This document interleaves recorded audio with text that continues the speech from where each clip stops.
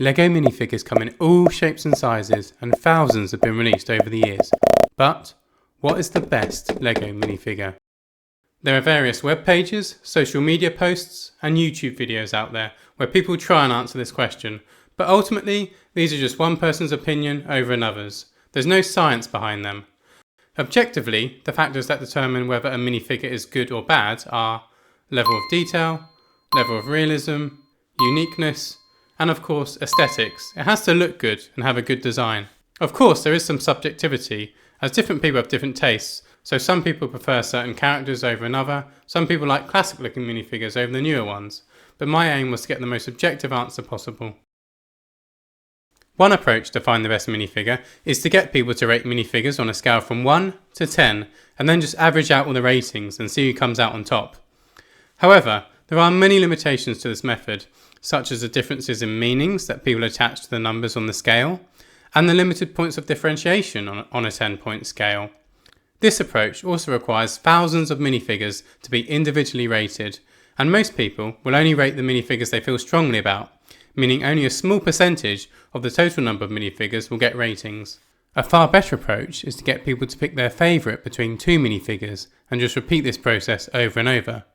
You give every minifigure a starting rating of say 1000 and then increase the rating when it wins one of these matchups and decrease the rating when it loses.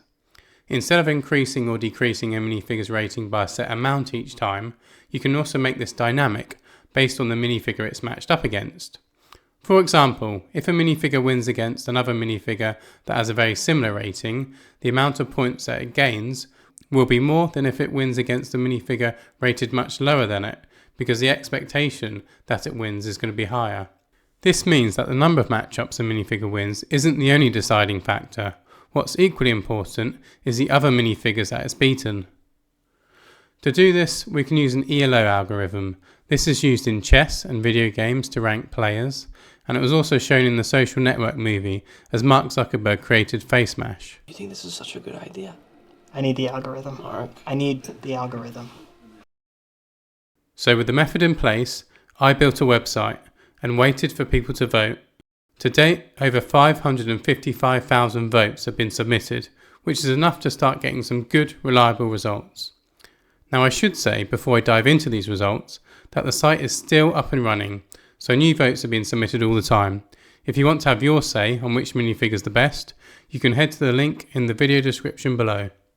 I also want to quickly mention some limitations of using an ELO algorithm, the main one being that you ideally want each minifigure to have had a similar number of matchups to every other minifigure, so each minifigure has the same number of opportunities to gain points as every other minifigure. However, on the website I included filters for different themes.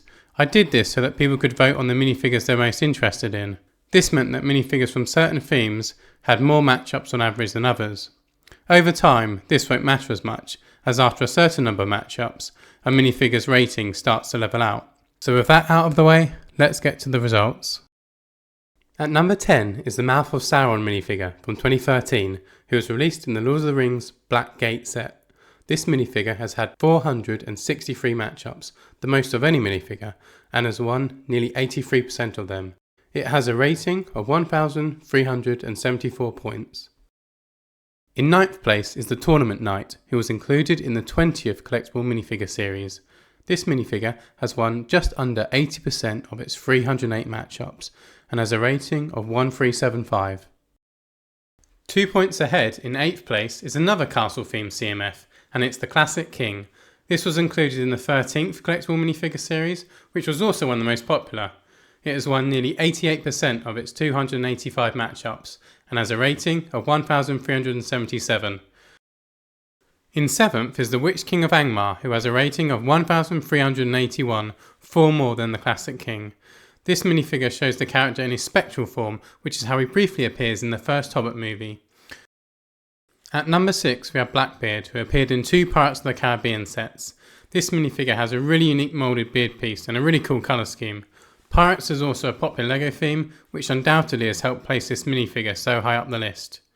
Blackbeard has been compared 437 times and won a little over 80% of those matchups, and he has a rating of 1,387. Now, moving into the top 5, we have Aragorn from the Battle of the Black Gate set. Now this is definitely the best looking Aragorn minifigure, and he has a really nice colour combination with that red and blue. It's also the only Aragorn minifigure with a cloak, and in general, minifigures with cloaks are preferred to those without. This minifigure has won a very similar amount to Blackbeard, with a win rate of just over 80%.